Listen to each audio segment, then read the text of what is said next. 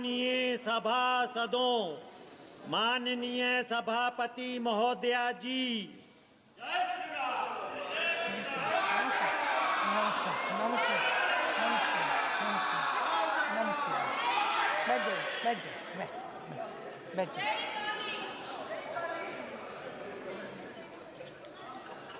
माननीय सभासदों, माननीय सभापति महोदया जी,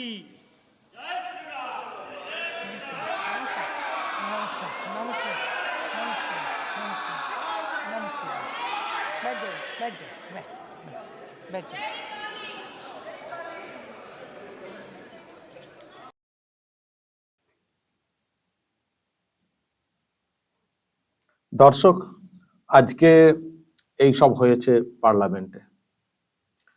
আজকে স্পিকারের চেয়ারে বসেছিলেন ডক্টর কাকলি ঘোষ দস্তিদার। তো যখন বসছিলেন বা বসতে আসছিলেন, তখন এদিক থেকে জয় শ্রীরাম একটা স্লোগান দেওয়া হয়েছিল। যদিও এই স্লোগান দেওয়া হলেও ডক্টর কাকলি ঘোষ দস্তিদার চেয়ারে না বসে ছিটকে চলে যাননি, ক্ষোভ দেখিয়ে এগিয়ে আসেননি, বা ওখান থেকে অন্যরকম কোনো চিৎকার করেননি, বা ওই যে সম্পর্কটা স্ত্রীর ভাই, যেটা আর কি ছোট্ট দুটো অক্ষরে, যেটা রাজভবনের গেটের সামনে ওই যে অভিষেক ব্যানার্জি যে ধর্ণা মঞ্চটা করেছিলেন, সেখানে দাঁড়িয়ে যে কথাটা, যে শব্দটা বলেছিলেন, সম্পর্ক বন্ধ, যেটা, তো সেটাও কিন্তু আজকে বলেননি। জয় শ্রীরাম স্লোগানটা আসছে, ভালোভাবে কানে আসছে, কিন্তু ওই রকম ব্যবহারটা করেননি। এই এরকম বলছো তোমরা, বলেননি। তাদেরকেও নমস্কার করেছেন, আর উল্টো দিক থেকে আবার জয় বাংলা স্লোগানটাও দেওয়া হয়েছিল।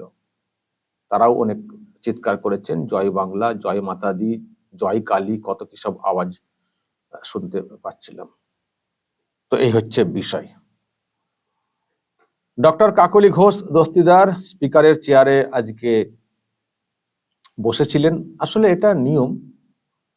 শাসক দলের বাইরেও যে অন্যান্য দল থাকে, বিরোধী দলের, বিশেষ করে যেগুলো তুলনায় একটু একটু বড়, খুব বড় না, একটু বড়, তাদের একজন করে বসার জন্য দেওয়া হয়। যেমন কংগ্রেসেরও আছেন, একাধিক আছেন, কংগ্রেসের সম্ভবত 3 জন আছেন। যখন স্পিকার থাকেন না, তখন ওই চেয়ারে পালা করে করে অন্যরা বসেন। তো সেখানে শাসক দলের বাইরেও রাখা হয় ডেপুটি হিসেবে বসার জন্য। তো সেই হিসেবে তৃণমূল কংগ্রেসের ডক্টর কাকলি ঘোষ দস্তিদারকে অ্যাসাইন করা হয় মাঝে মধ্যে। তো আজকে সেরকম ছিল, উনি চেয়ারে বসেছিলেন। তো যখন বসতে এলেন, তখন এইরকম একটা পরিবেশ তৈরি হয়েছিল। আর উনি চেয়ারে বসতেই তৃণমূল কংগ্রেসের লোকজনেরা এমন ভাবে সব একটা বোঝানোর চেষ্টা করছিলেন, যেন একেবারে জয় করে ফেলেছেন সবকিছু, পার্লামেন্ট জয়। আরে এটা নিয়ম, এটা নিয়ম সব দলেরই মোটামুটি, মানে তুলনায় একটু যে বড় দল, তাদের একজন করে নেওয়া হয় এই চেয়ারে বসার জন্য। এই নয় যে একেবারে পার্লামেন্ট জয় হয়ে গেল, দেশ জয় হয়ে গেল, ওনাদের নেত্রী প্রধানমন্ত্রী হয়ে গেলেন, তা নয় বিষয়টা।